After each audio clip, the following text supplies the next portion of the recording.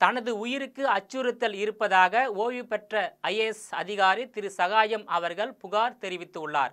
இது குறித்து தமிழகத்தில் நிலவும் அசாதாரண சூழலை தமிழக அரசும் அதன் முதல்வரும் புரிந்து கொள்வது எப்போது என்று அவர் கேள்வி எழுப்பியுள்ளார்.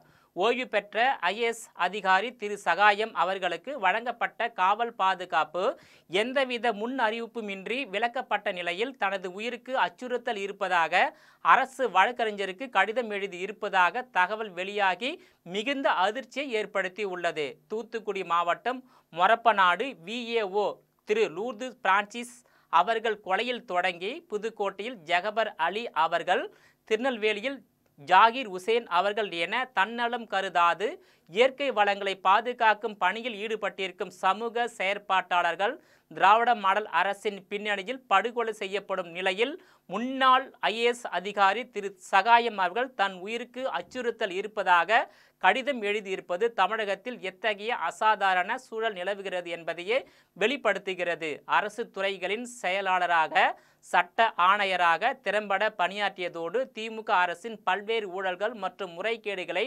துணிச்சலுடன் வெளிக்கொண்டு வந்த ஓய்வு பெற்ற IAS அதிகாரிக்கு உயர்நீதிமன்றம் வழங்கிய பாதுகாப்பை தன்னிச்சையாக விலக்கியிருக்கும் அரசின் செயல்பாடு கண்டனத்துக்குரியது என்றும் தெரிவித்துள்ளார். எனவே ஓய்வு பெற்ற IAS அதிகாரி திரு சகாயம் அவர்களுக்கு விலக்கப்பட்ட காவல் பாதுகாப்பை உடனடியாக மீண்டும் வழங்குவதோடு தமிழகத்தில் நிலவும் அசாதாரண சூழல் குறித்து சிந்தித்து உரிய நடவடிக்கை எடுக்க வேண்டுமென முதலமைச்சர் MK.ஸ்டாலின் அவர்களை காங்கிரஸ் கட்சியின் சார்பில் வலியுறுத்துவதாகவும் தமிழ்நாடு காங்கிரஸ் கமிட்டி வழக்கறிஞர் பிரிவு மாநில துணைத் தலைவர் சுந்தரமூர்த்தி கேட்டுக்கொண்டுள்ளார். குறிப்பாக தமிழகத்தில் 2021ஆம் ஆண்டு திமுக ஆட்சி அமைந்த நாள் முதல் கனிம வள கொள்ளை, இயற்கை வளங்களை கொள்ளையடித்து 4 லட்சம் கோடிக்கு மேல் சம்பாதித்து வைத்துள்ளது, மக்களின் வரி பணத்தை கொள்ளையடிப்பது, ஏழை எளிய பாமர மக்களிடம் பண மோசடியில் ஈடுபடுவது போன்ற சமூக விரோத நடவடிக்கைகளில் ஈடுபடுவதை எதிர்த்து கேள்வி கேட்கும் சமூக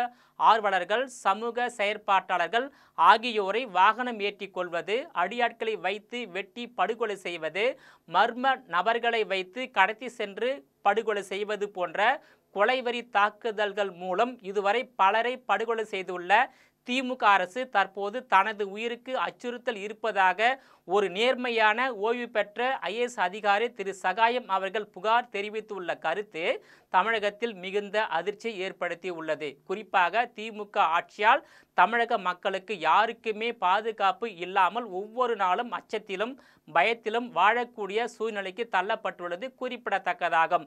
குறிப்பாக சமூகத்திற்காக நிற்கும் மனிதனை பாதுகாக்க வேண்டியது சமூகத்தின் பொறுப்பு என்றும், பாதுகாப்பு அச்சுறுத்தல் இருப்பதால் நீதிமன்றத்தில் ஆஜராக முடியவில்லை என்றும், காவல் பாதுகாப்பை தமிழக அரசு தன்னிச்சையாக விலக்கி கொண்டதால் எனக்கு பாதுகாப்பு இல்லை என்றும் வேதனையுடன் ஓய்வு பெற்ற IAS அதிகாரி சகாயம் தெரிவித்துள்ளார். சட்ட ஆணையராக இருந்தபோது எனக்கு 2 மிரட்டல் கடிதம் வந்ததாகவும், மிரட்டல் கடிதங்கள் குறித்த புகாரில் இதுவரை எவ்வித நடவடிக்கை எடுக்கவில்லை என்று வேதனையுடன் தெரிவித்துள்ள கருத்து தமிழக அரசு உயர் அதிகாரிகள் மத்தியிலும் அதிர்ச்சியை ஏற்படுத்தியுள்ளது. குறிப்பாக தமிழகத்தை ஆளுகின்ற திராவிட மாடல் அரசு, திமுக அரசியல்வாதிகள் தற்காலிகமானவர்கள், ஆனால் அரசு அதிகாரிகள், காவல்துறை அதிகாரிகள் என்பவர்கள் நிரந்தரமானவர்கள் என்பதை திமுக ஆட்சியாளர்கள் புரிந்து கொண்டு அனைத்து அரசு அதிகாரிகளுக்கும் ஒவ்வொரு குடிமகனுக்கும் பாதுகாப்பை உறுதிப்படுத்த வேண்டியது அரசின் கடமையாகும். நேயர்களே, மீண்டும் இது போன்ற